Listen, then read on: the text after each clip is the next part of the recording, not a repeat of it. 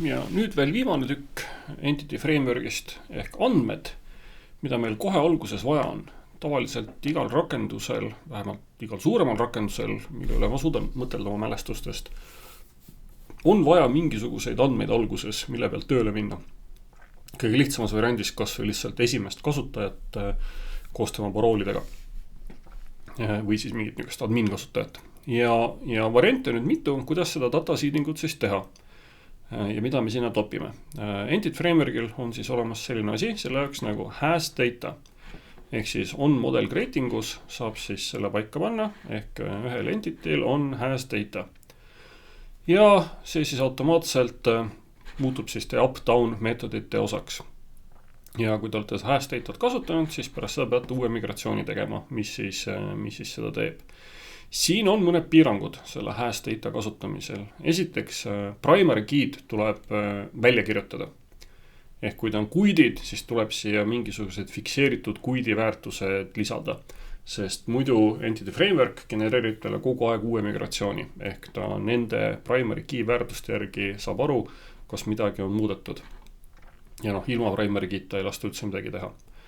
Teine piirang on siis see, et navigatsiooni properteid ei saa kasutada. Ehk saate kasutada foreign key väärtuseid, aga ei saa kasutada lihtsalt navigation property't ehk mingisuguseid sisemisi objekte või liste siin sees väärtustada niimoodi ei saa. Ehk tuleb siis kasutada foreign key väärtuseid. Ja iga kord siis peate tegema uue relatsiooni.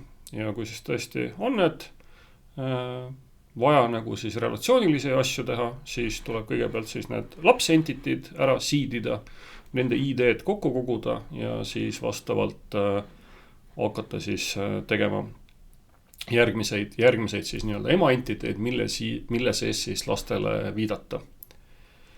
Ja millal siis seda has datat kasutada, on siis see, kui need andmed väga harva muutuvad ja need primary key väärtused peavad siis tõesti nagu paigas olema. Teine variant, mida teha, on siis kirjutada ise initsialisaator. Seda olen mina tavaliselt teinud. Ehk kui see seedimine on natukene keerukam ja seal on nagu rohkem andmeid, mida sinna peaks panema ja see tuleb kuidagi keerukamalt läbi ajada, siis tuleb lihtsalt enne, kui teie rakendus läheb käima, tuleb siis saada juurdepääs sellele app.db kontekstile, mida on tavaliselt nii tarvis, sest migratsioon on vaja automaatselt peale panna või nii-öelda migratsioon on vaja peale panna, enne kui te rakendus päriselt tööle läheb, see ehk nii või kui on siis andbaasi kontekst olemas. Ja siis tuleb mingisugune initsialisaator klassis lihtsalt välja kutsuda.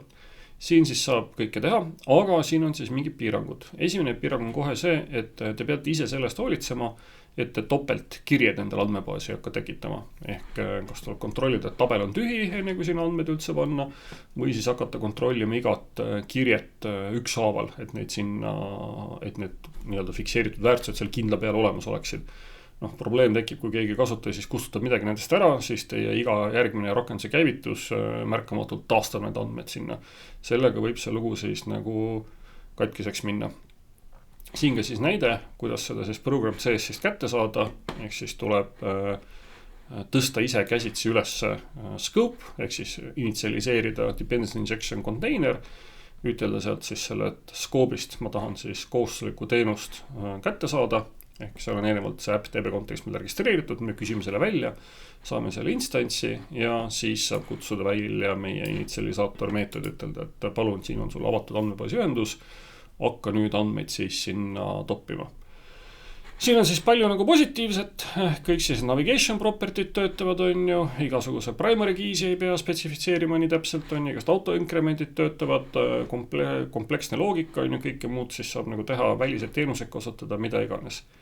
Mis on nagu halvem kohe, on siis migratsioonid ei tea sellest midagi ja töötab siis igal rakenduse käima minekul see kood teil peate ise sellest hoolitsema, et siis andmed sinna niisama ei topiks ja tekitab käivitamisel mingi väikse koormuse. Ja teine koht, kus siis seda saab ka teha, võite siis käsitsi andmeid seedida migratsioonis. Ehk te võite teha migratsiooni ja selles app meetodis lihtsalt mingisugust andmeid insertida. Saab ka siis seda teha ja vastupidi siis down migrationis neid omakorda ära visata. ja võite ka suisa toorest SQL-i kirjutada, kui seda tahta teha, on ju. Ehk teeb siis sama välja, mis see hash'd data lähenemine algusest enam-vähem. Ja saate siin siis täpselt kontrollida, kus ja mida tehakse. Väike tabel ka, millal mida siis valida. Best for, mille jaoks hash'd data, ehk sellised nagu baasinfo. DB Initializer on ennekõike kasulik just sellises dev-test keskkonnas, ehk siis ma saan kogu aeg andmebaasi ära kustutada ja kas või igal käivitamisel ja alustada alati värskest teadaolevast seisust. Ja migratsiooni oma siis vastupidi selline produktsiooni lähenemine, ühekordsed andmed. Ja nagu lõppu ikka, siis natukene küsimusi nendel teemadel.